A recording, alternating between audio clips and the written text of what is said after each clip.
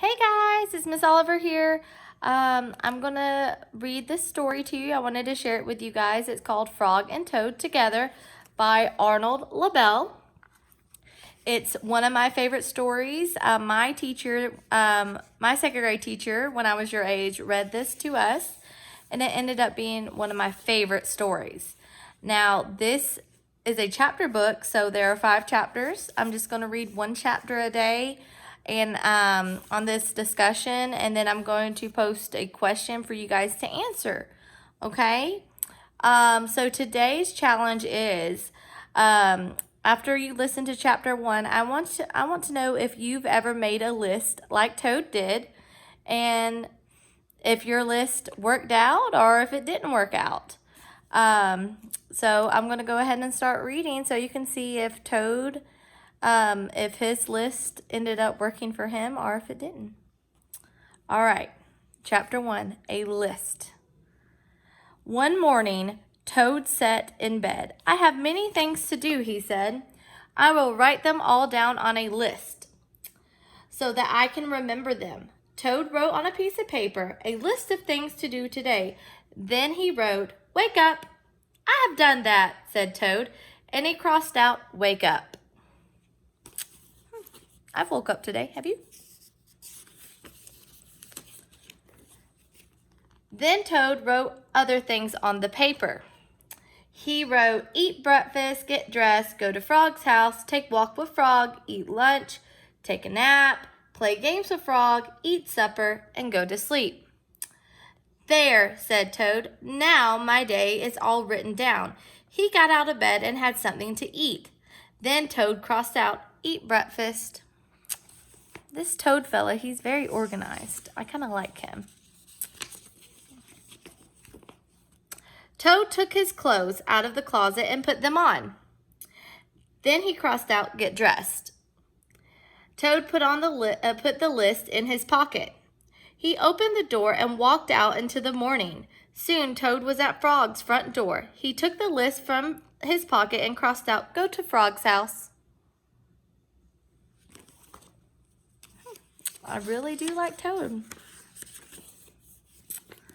Toad knocked at the front door. "Hello," said Frog. "Look at my list of things to do," said Toad.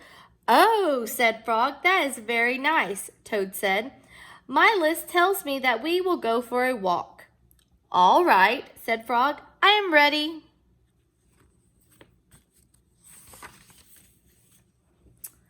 Frog and Toad went on a long walk. Then Toad took the list from his pocket again and he crossed out, "Take walk with Frog."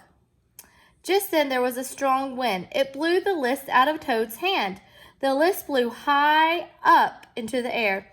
"Help!" cried Toad. "My list is blowing away. What will I do without my list?" "Oh no, I feel so bad for Toad. He lost his list. I hope he finds it." "Hurry!" said Frog. "We will run and catch it." "No!" shouted Toad. "I cannot do that." "Well, why not?" asked Frog. "Because," wailed Toad, "running after my list is not one of the things that I wrote on my list of things to do." Frog ran after the list. He ran over hills and swamps, but the list blew on and on. At last, Frog came back to Toad. "I am sorry," gasped Frog, "but I could not catch your list." "Blah," said Toad. Aw. At least Frog was being a good friend, trying to get Toad's list for him, you know. "I cannot remember any of the things that were on my list of things to do. I will just have to sit here and do nothing," said Toad. Toad sat and did nothing. Frog sat with him. After a long time, Frog said, "Toad, it is getting dark. We should be going to sleep now." "Go to sleep," shouted Toad. "That was the last thing on my list." Toad wrote on the ground with a stick, "Go to sleep." Then he crossed it out, "Go to sleep." "There," said Toad. "Now my day is all crossed out." "I am glad," said Frog. Then Frog and Toad went to sleep. That's the end of chapter 1. So my question is, have you ever made a list like Toad did?